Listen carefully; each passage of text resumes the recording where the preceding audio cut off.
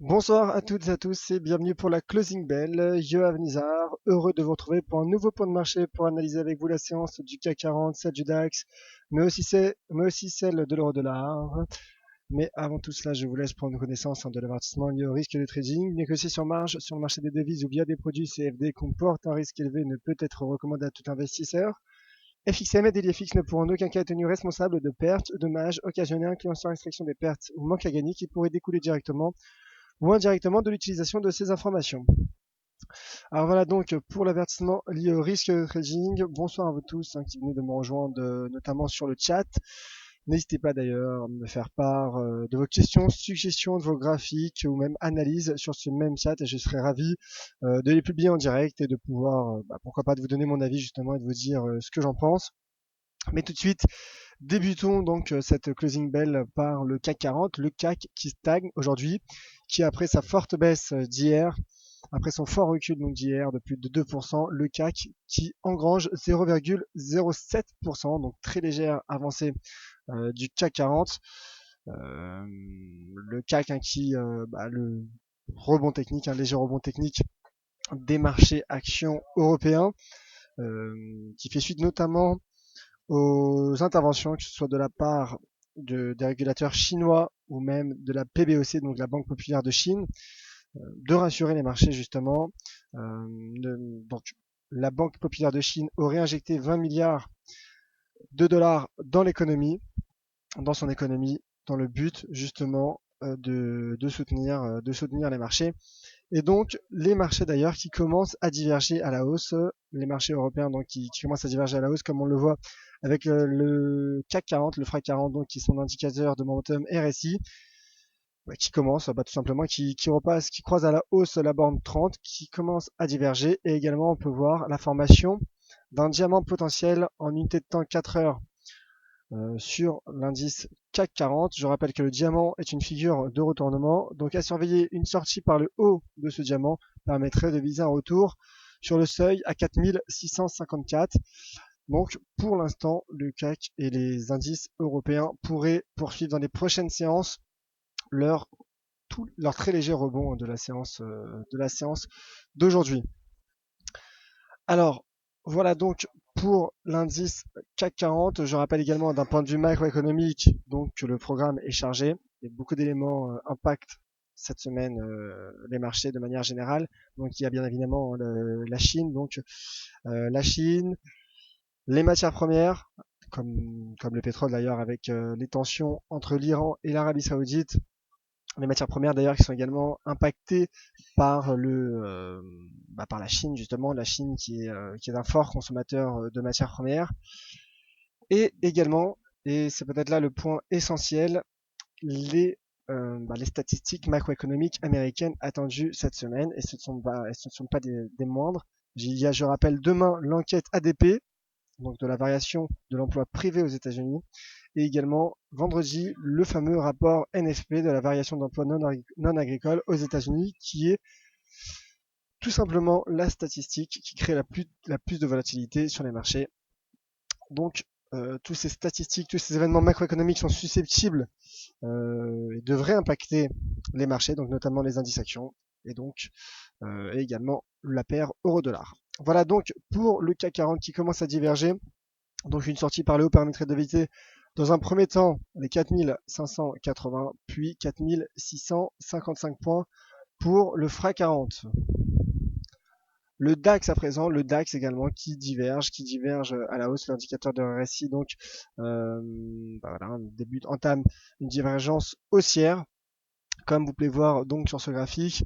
Le DAX qui perdait dans les derniers échanges, qui prenait pardon dans les derniers échanges 0,07%, alors que le CAC, d'ailleurs au moment où je vous parle, progresse un peu plus et avance à 0,34%.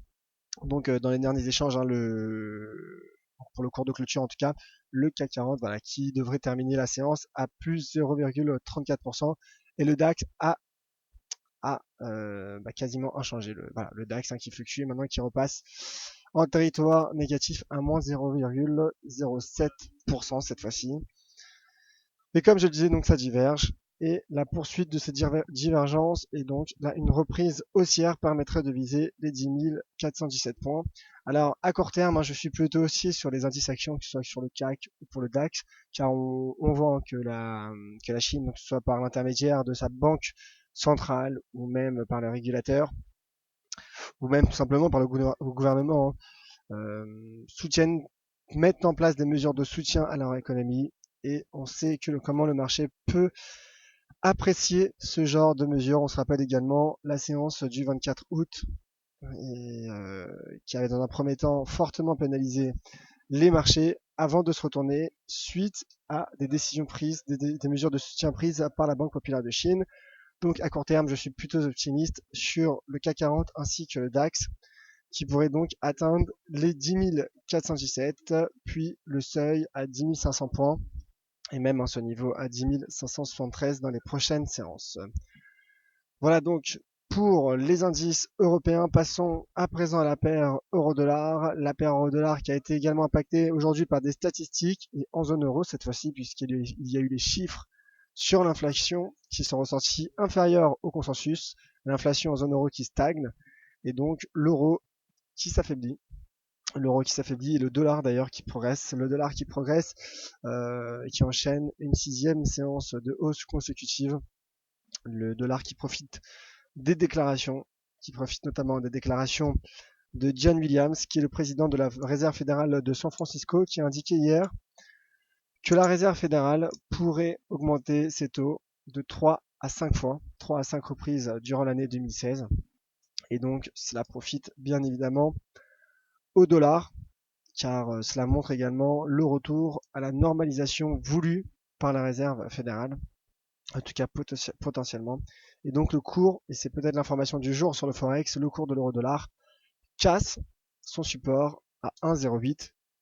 Je vous rappelle que l'euro-dollar se situe dans un range entre les 1,08 et les 1,1060 dollars depuis maintenant près d'un mois. Et le CAC et l'euro-dollar donc qui casse ce support et qui se rapproche d'un autre niveau à 1,0705 dollars. Un franchissement permettrait de viser plus bas vers les 1,06 344. Sur du moyen long terme, je maintiens mon objectif baissier, notamment d'un point de vue fondamental et surtout voilà dans les perspectives de politique de ces deux banques centrales, donc de la Fed et de la BCE. La BCE encore, comme l'ont montré, c'est les chiffres sur l'inflation d'aujourd'hui, pourrait adopter de nouvelles mesures accommodantes, à l'inverse de la Réserve fédérale qui pourrait justement, et comme l'a dit hier M. Williams, resserrer de nouveau sa politique monétaire et mettre un terme définitif à sa politique de taux zéro. Voilà donc pour la paire euro-dollar. Avant de passer aux questions, un point rapide sur le calendrier macroéconomique. Calendrier macroéconomique donc chargé demain. Donc voilà, aujourd'hui, comme vous le voyez, le taux de chômage allemand qui a stagné et surtout l'information principale du jour était donc en zone euro avec l'inflation core, donc l'inflation sous-jacente qui ne prend pas en compte les prix de l'énergie et les prix de l'alimentation qui est ressorti à 0,9% au mois de décembre, alors que le consensus l'attendait à 1%. Et donc au même niveau que l'estimation précédente, que le mois précédent, et le taux d'inflation est ressorti à 0,2%, inférieur aux 0,4% espéré par le consensus d'analystes Bloomberg. Demain, donc comme je disais, journée très importante sur le plan macroéconomique, à commencer la nuit prochaine avec d'autres statistiques macroéconomiques chinoises et l'indice donc des PMI, l'indice PMI service selon l'agence Caixin et également l'indice PMI composite. Il y aura également la confiance des consommateurs. Alors ces statistiques qui peuvent être considérées comme des statistiques de second rang, je dirais, elles prennent bien évidemment beaucoup plus d'ampleur dans le contexte actuel, dans le contexte chinois actuel.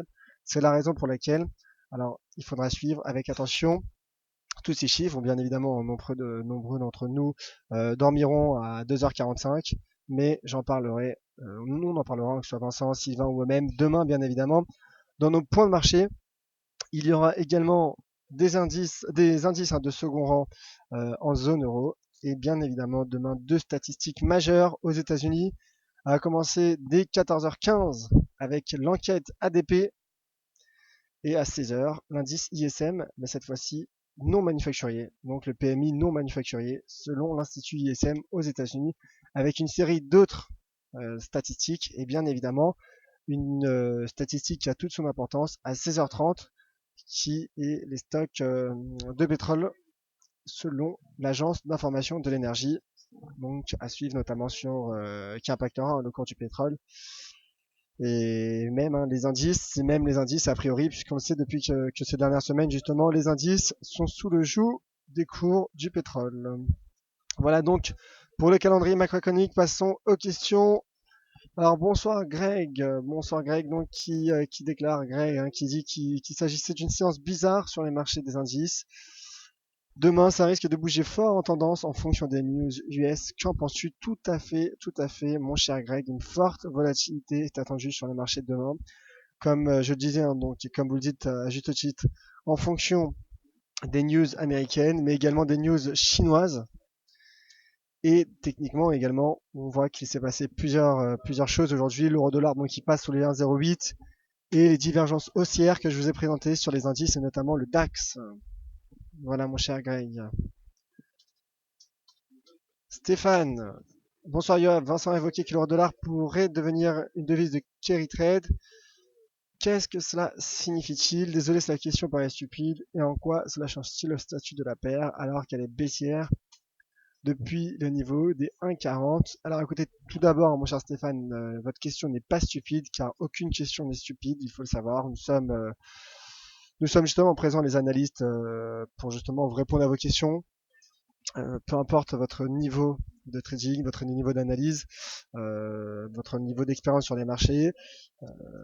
Nous apprenons tous les jours. Moi, le premier, j'apprends tous les jours sur les marchés. Donc, il n'y a pas de questions stupides, mon cher Stéphane.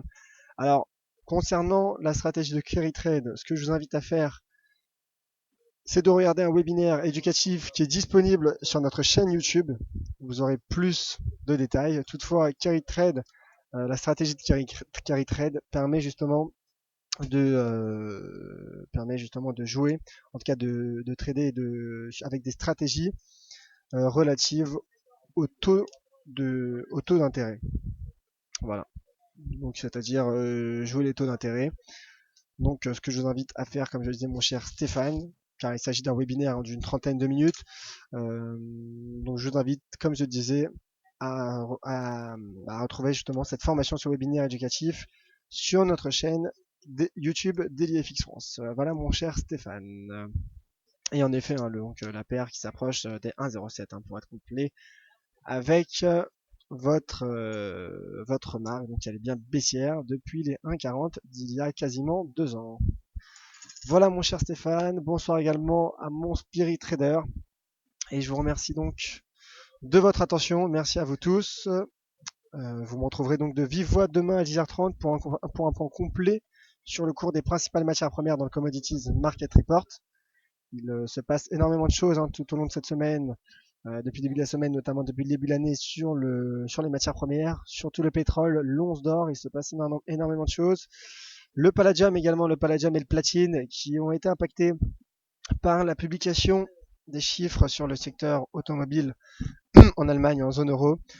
Donc, pour plus de renseignements et à la veille des publications des stocks de brut selon l'Agence d'information de l'énergie aux États-Unis, je vous attends et vous donne rendez-vous demain à 10h30. Donc, comme chaque matin, restez présents dans cette salle de trading car dans 15 minutes, il y aura un webinaire éducatif avec Maxime Delépine sur une démonstration de la plateforme TS2.